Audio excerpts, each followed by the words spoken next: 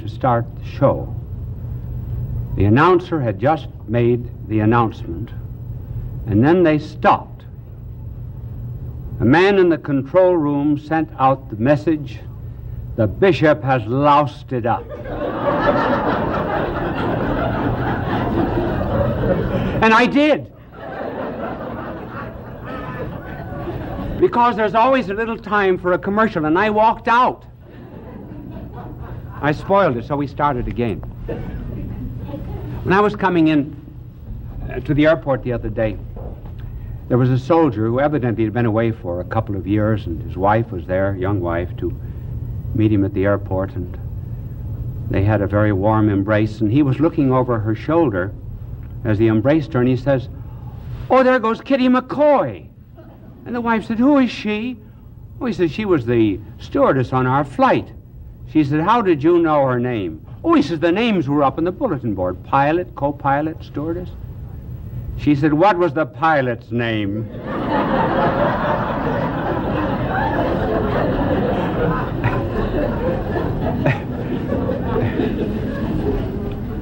This telecast is not going to be what you think it is. I know you've heard the song, "Love is a many splendored thing," but I'm going to tell you the origin of that expression, a many splendored thing. I'm going to tell you who really wrote it, but I will tell you in a minute. It is a very interesting life because it's somewhat related to our age, in which there is a fondness for flight from consciousness. What is there, anyway, in human nature that makes it rather anxious to evade and escape consciousness and responsibility? Alcohol, dope, sleeping tablets, whatever they happen to be. A way to avoid the responsibility of being awake. And I'm going to tell you the story of a man who had a flight from consciousness. And in this story, we find revealed the unconscious influence of little things. Jean Guiton, a member of the French Academy, said that while he was a prisoner of the Nazis in Germany, one night he and a number of other prisoners amused themselves by each telling how his mother and father met. Circumstances were quite accidental. Sale of a lottery ticket, chance meeting, fall on the street, blind date, wrong address. And here, as a result of these trivial things, here were men that were prisoners under a totalitarian system. It was the little thing that influenced the life of Francis Thompson, who wrote, "Love is a many splendored thing." And what was that small thing? Well, this young man started for the priesthood, and he was told he did not have a vocation.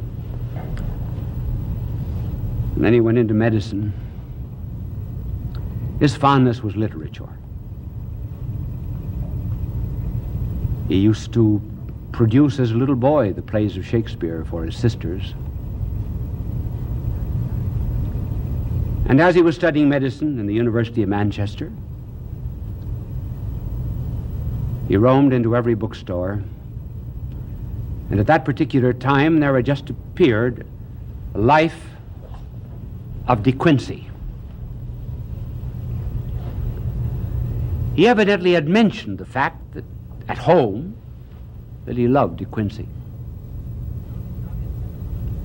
And on his 17th birthday, his mother gave him De Quincey's famous work, The Confessions of an Opium Eater.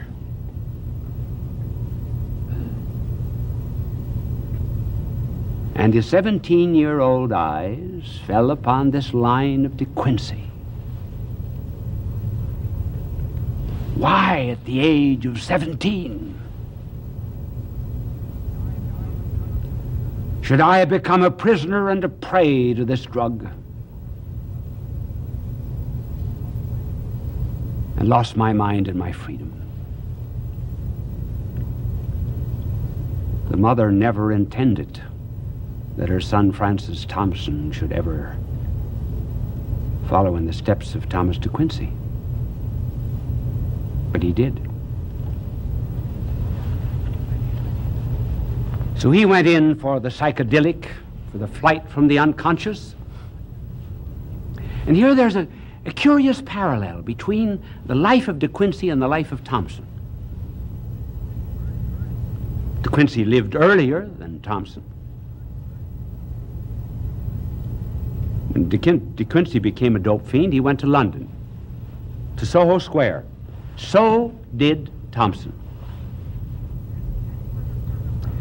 And this further parallel, when they went to Soho Square, De Quincey had in his pocket a book of English poetry, we do not know which poet it was, and a copy of the Greek dramatist Euripides. When Thompson went, he had in one pocket Blake, and in the other pocket Sophocles. When they went to London, they both went to the same place, Soho Square. How well I know it. I've spent 5 years of my life in Soho Square. Not continuously, but many, many summers and many winters during my university days. It acquired its name in the 17th century because that was the area of London where the huntsmen used to gather to chase the hounds. And the head huntsman would call the hounds with Soho. It became known as Soho Square. It's very famous. Just a block away is Greek Street. That's where Karl Marx lived for a third of his life, in great poverty. This founder of communism, his wife said, "Karl, if you had only made more capital instead of writing about it, the whole world would have been better off." I had many experiences there in Soho Square with the type of person, of course, that Thompson actually is and was. But here are the two of them, decades apart, roamed the street. Thompson made a little money here and there, chasing cabs, holding a horse, selling matches, running an errand. Just a bum. A bum. Emaciated and thin, from drug and hunger. No one was there to befriend him except a woman of the streets.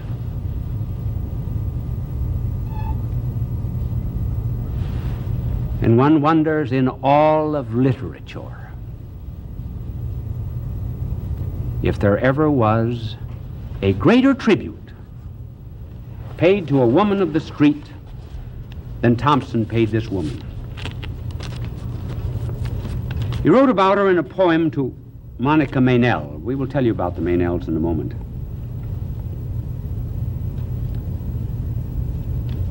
And this is his description. Then there came past a child like thee, a spring flower, fallen from the budded coronal of spring.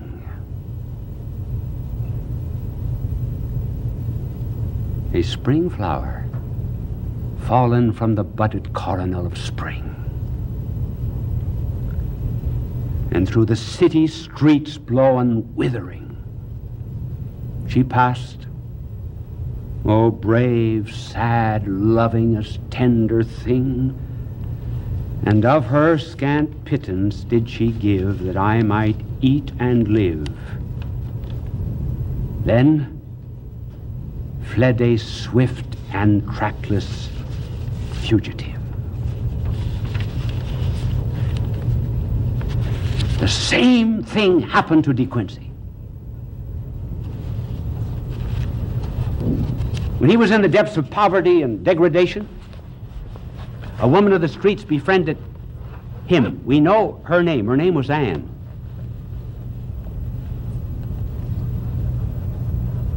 Thompson, or rather St. Augustine, never gave the name of the woman with whom he lived before he was converted. Thompson never gave the name of this one. But he went out and searched for her. Now, why he searched is interesting.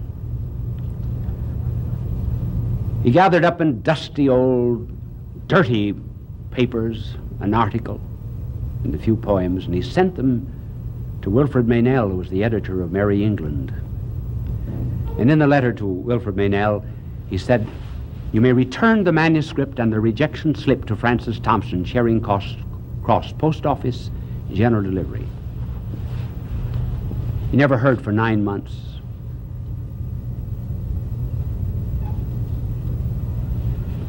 So in those 9 months, he went into despair.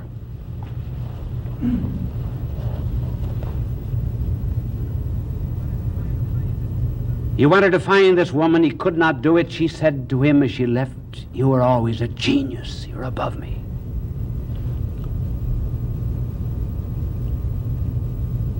And sinking lower and lower, he then took up his residence in Covent Garden. Covent Garden at one end in London was the Opera House. Down the street, Maiden Lane Church.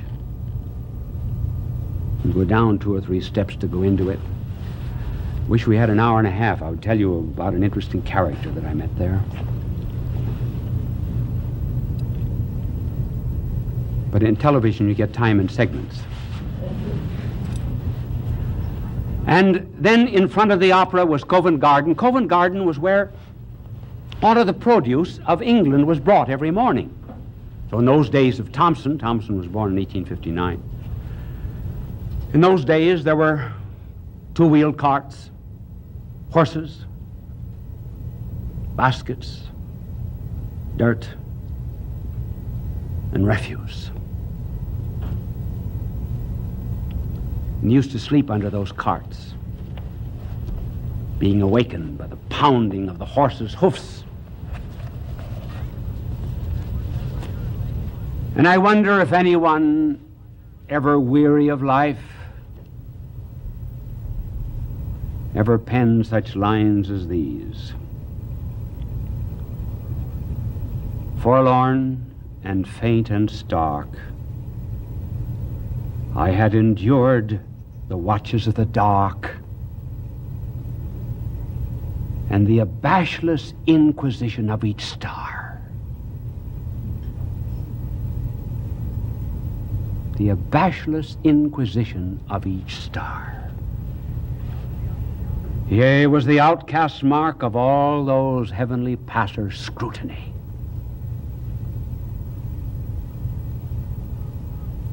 Stood bound and helpless for time to shoot its barbed minutes at me.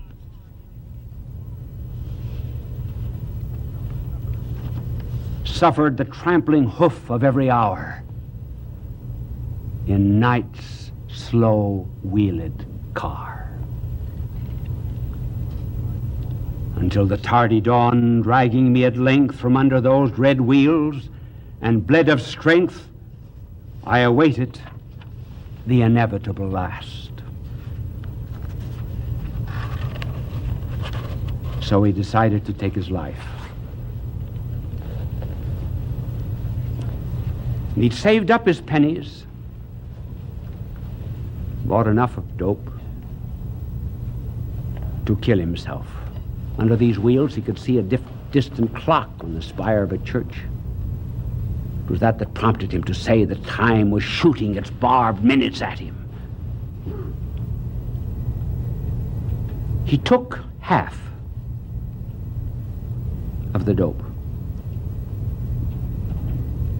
and he felt a hand on his that held him back from the fatal other half.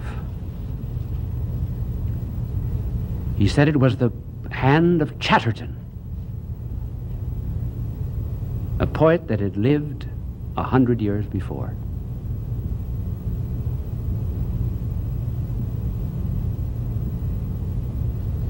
He gave up the attempt at suicide, and the next day,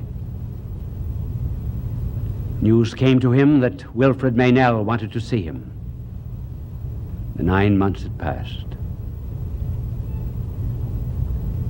Now begins a kind of change of life.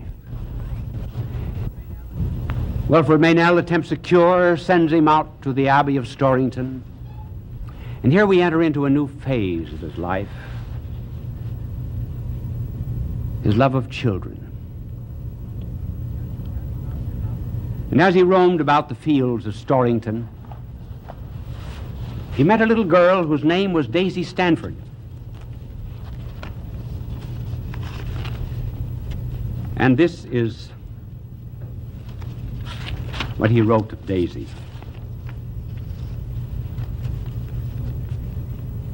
Here she came with a few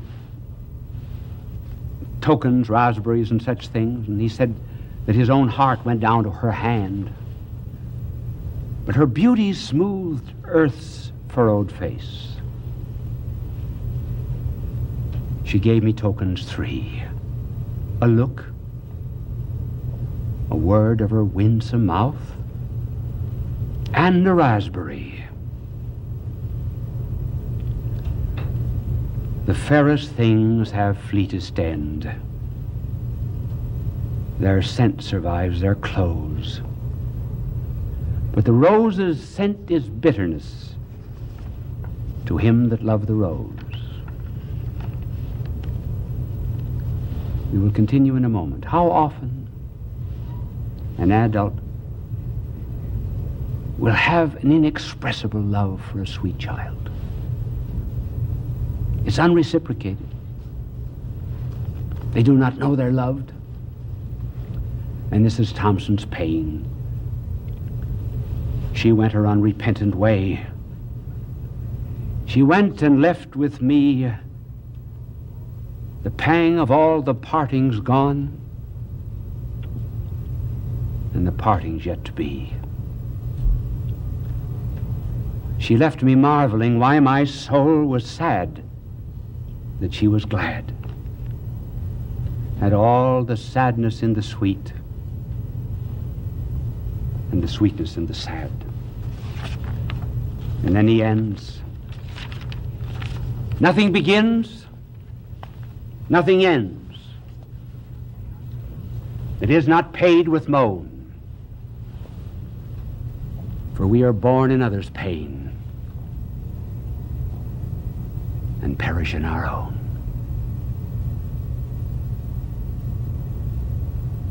The love went out from his life. But then he found some solace in little Olivia Meynell. Sweet little child, but here was his life spoiled.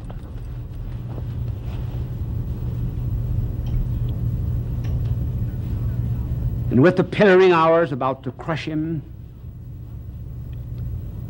he seemed afraid of this beautiful innocence. And he wrote, I fear to love thee, sweet, because love's the ambassador of loss. Love's the ambassador of loss. White flake of childhood, clinging so to my soiled raiment, thy shy snow at tenderest touch will shrink and go. Love me not, delightful child, my heart, by man's snares beguiled, has grown timorous and wild. It would fear thee not at all, wert thou not so harmless, small, because thy arrows, not yet dire, are still unbarbed with destined fire. I fear thee more then hadst thou stood full panoplied in womanhood.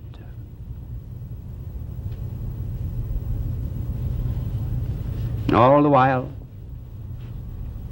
he's being haunted by something. And I told you of that poem of haunting. I gave it to you one year, The Hound of Heaven, that he wrote. He went back again to dope. The Meynell still cared for him. But this hound was pursuing him. But despite this shell, that shell that first came to the Meynells, he had no stockings on and his toes were out through his shoes and dirty old brown coat, no shirt. Consumptive, because of the nights he slept under the cartwheels of London. He still had this love that pulled him. Probably that was pulling him at the beginning of his life, and so he wrote, "O world invisible, we view thee. O world intangible, we touch thee. O world unknowable, we love thee. Turn but a stone and start a wing. 'Tis ye, 'tis your estranged faces that miss the many splendored thing. Love's the many splendored thing, not earth love, heaven love, that Thompson saw everywhere."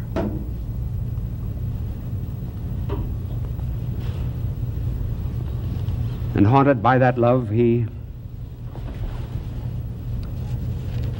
went finally to his reward. And one day, while in London, I went out to Kensal Green Cemetery.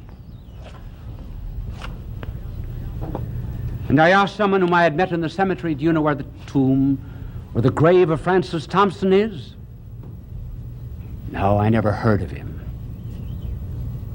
So I walked and walked. And I finally came to a slab that read, Francis Thompson, 1859. "Would you?" And I said, "Yes." And he said, "I wonder how I could ever convince anybody that you were in my cab." Well, I said, "Come to the office, and I will autograph a book for you. And then you can show them the autograph." He said, "They won't believe that you autographed it. They will think somebody else did."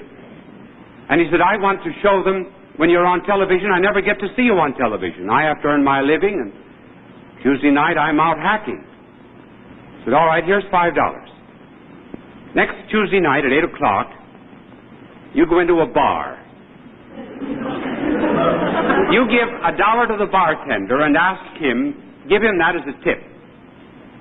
And then the $4 is to pay for not driving your hack for a half hour. And then, when we come on television, you can tell everybody at the bar." But he said, "Suppose they don't believe me." Well, I said, "I tell you what I will do. Next Tuesday night I'll tell the story. Then they'll have to believe you. Now I've paid my debt."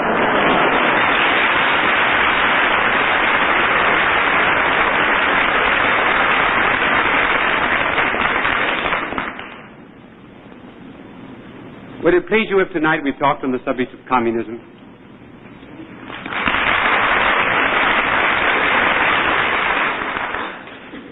And the reason we're going to talk about it is because there's considerable confusion in our American life about communism. There's much emotional hate of communism and not very much thinking and reasoning about it for a long time. And even at the present time, Americans generally judge communism by Russia's foreign policy. Now, communism is not to be judged by Russia's foreign policy. If it is, well then when Russia's foreign policy is favorable to the United States or the Western world, we're apt to believe that communism is good. And when Russia's foreign policy is unfavorable to the Western world, then we fall into the mood of believing that communism is wrong. It is well to realize that communism is wrong independently of Russia's foreign policy. In this particular telecast, we will outline for you, and inasmuch as we have communist listeners and we attempt to appeal to all listeners, we'll give them a little lesson in communist philosophy. And then for the benefit of the Americans, we'll tell you what is wrong with their philosophy. The two basic principles of communism, two of many, but we will have time only for these two, are, first, what is called economic determinism. The second basic principle is man has value only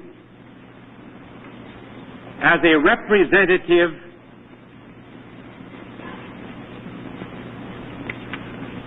of an economic class.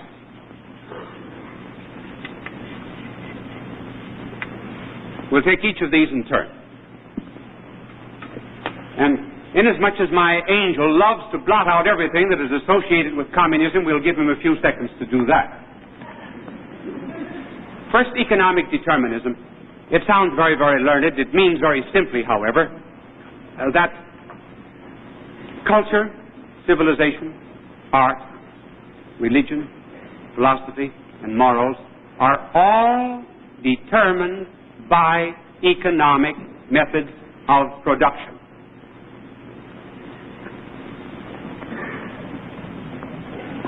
My angel is just barely getting out of the way here, I see. You see, he has an extra large wing spread, about 21 inches. Other angels only have 17 inches. It makes it a little harder for him. The communist principle is that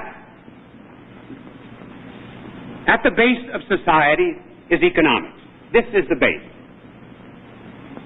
Economic method of production. And everything else, literature, art, morals, politics, religion, all are based upon the methods of production. For example, if your method of production at any given period of history is based upon private property, such as we have here in our democracy, or what we call private enterprise, the communists argue that your literature, your art, your morals and philosophy are all a superstructure and are ultimately based upon economics, but of and by themselves have no value. For example, your literature must be what kind of literature, the communists say? A defense of private property. Your morals.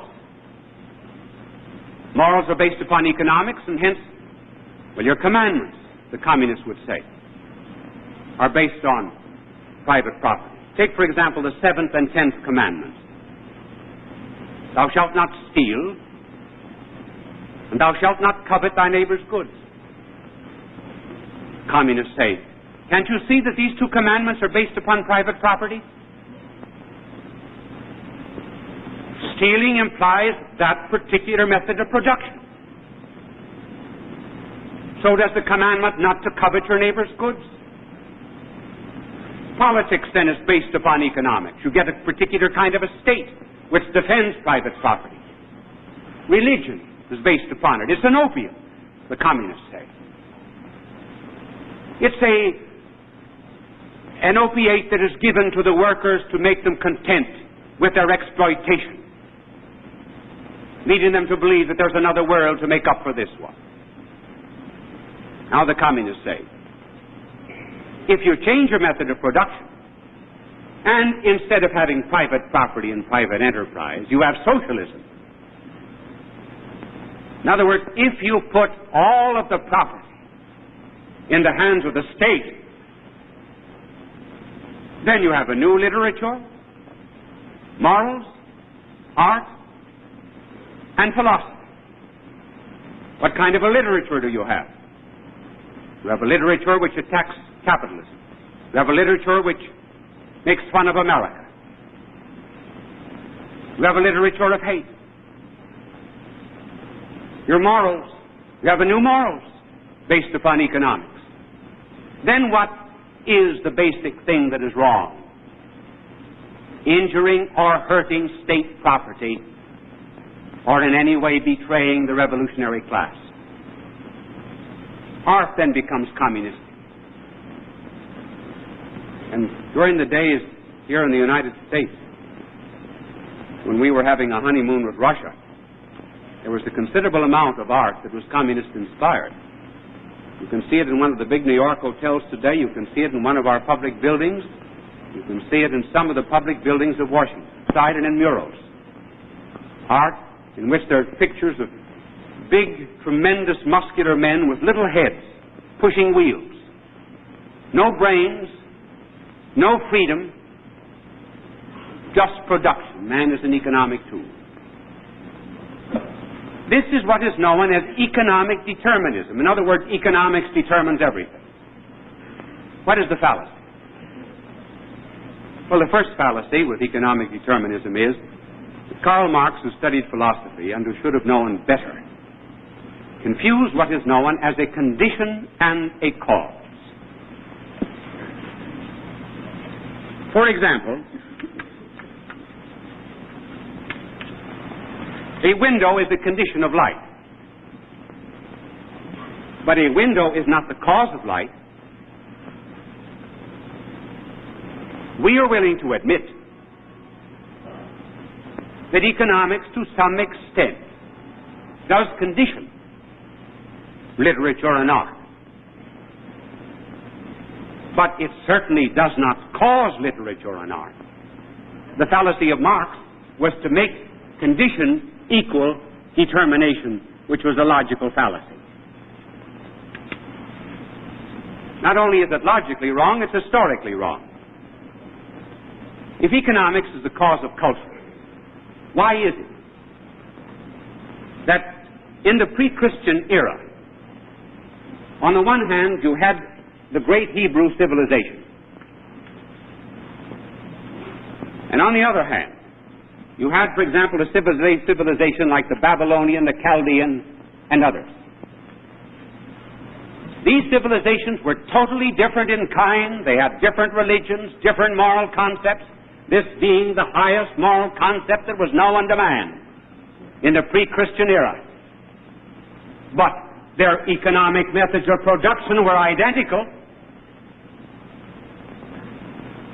Therefore, economics does not cause the difference in cultures. Take, for example, the Christian era.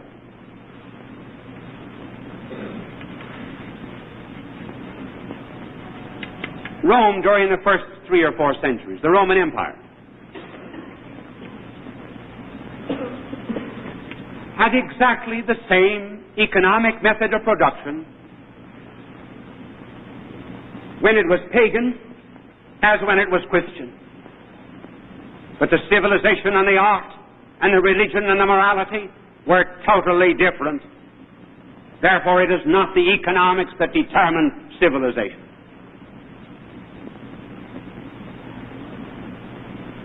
See, economics has gone to the head of the communists almost like wine to an empty stomach. But notice that whenever they appeal to our Western world, whenever they would try to convince us of the superiority of their own system and our weakness, what words do they use? They say, for example, that we are immoral in germ warfare when they spread that lie. They tell us that capitalism is unjust. They tell us that the way people are treated in the United States is unethical. We ask, by what right and what authority do communists ever use the words right and wrong? if everything is economically determined. Ethics, right and wrong, truth and error do not belong in the economic categories. Communism is strong only when it borrows some of the moral indignation that has been inherited from the Hebraic Christian tradition. And communism is weak when it departs from that tradition. In other words, they have bootlegged all of the decency and morality that have come from the great Hebraic Christian tradition of the Western world. And they use it in order to condemn us, which is a reminder of how we ought to meet communism. In the Voice of America and elsewhere, not be talking about the supremacy of economics, because whenever we talk about the supremacy of economics, we are paying tribute to the communist era of the primacy of economics. They are speaking to the rest of the world in terms of ethics. We are speaking to the Western world, to the rest of the world, rather, in terms of economics. They are using the language that we ought to be using. We who pride ourselves on being moral and on being right. Then there is another aspect to communism, and that particular one is that man has value only inasmuch as he is a member of a class. In one of his earlier writings, Karl Marx, who was the founder of communism, said, "We have already destroyed the outer priest. Now we must destroy the inner priest. That is to say, man's clerical, spiritual nature." Then follows this very remarkable statement, in which Marx very correctly tells us the essence of democracy. And Marx knows the essence of democracy far better than many who enjoy it. Marx said, "Democracy is founded on the principle of the sovereign worth of every person. This, in its turn, is based upon a postulate, a dream, and an illusion of Christianity, namely, that every man has an immortal soul." Then, coming to the first edition of his work on Capital, Marx says, "Persons of and by themselves have no value.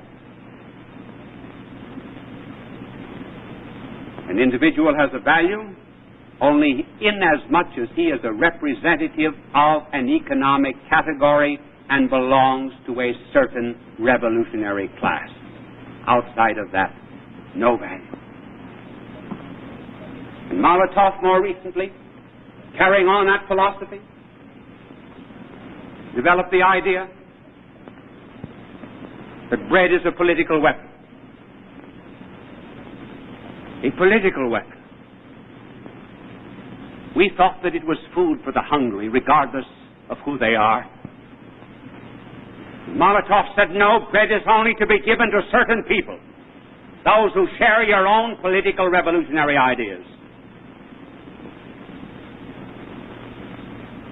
This is the basic principle of communism. And so true is it.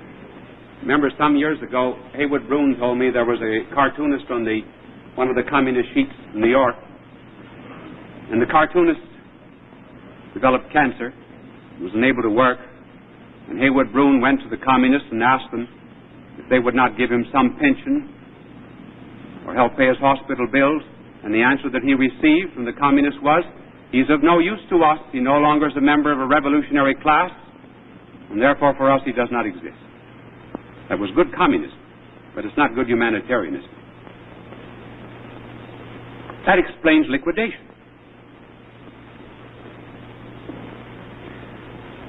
The individual has no value. What it actually is is an application to the human order of what prevails in the lower realm of biology, where individuals perish in order that the species may survive. An individual fly, an individual gnat, an individual ant is of no consequence in the lower biological orders. What is of importance is the species. Marx and communism have taken that notion out of biology, lower biology, and applied it to man. He says that what happens to an individual man is of no consequence.